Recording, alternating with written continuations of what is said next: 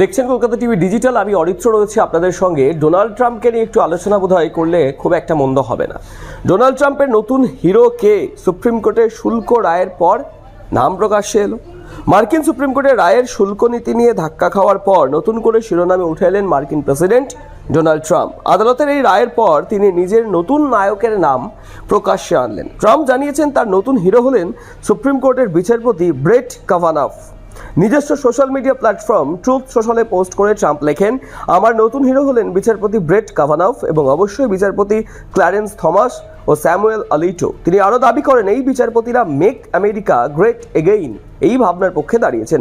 প্রসঙ্গত শুক্রবার মার্কিন যুক্তরাষ্ট্রের সুপ্রিম কোর্ট 6-3 ভোটে রায় দেন যে প্রেসিডেন্ট যে আইনের ভিত্তিতে শুল্ক আরোপ করেছিলেন, অর্থাৎ international emergency economic powers act বা IEEPA, সেই আইন এই ধরনের শুল্ক আরোপের অনুমতি দেয় না।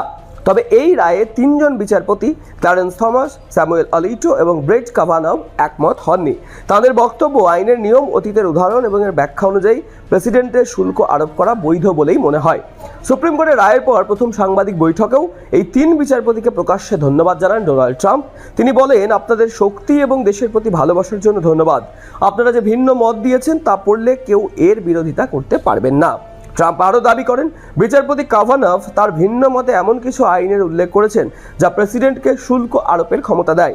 উল্লেখ্য, এর মধ্যেই ট্রাম্প প্রশাসন বিশ্বজুড়ে শুল্ক হার 10% থেকে বাড়িয়ে 15% করেছে।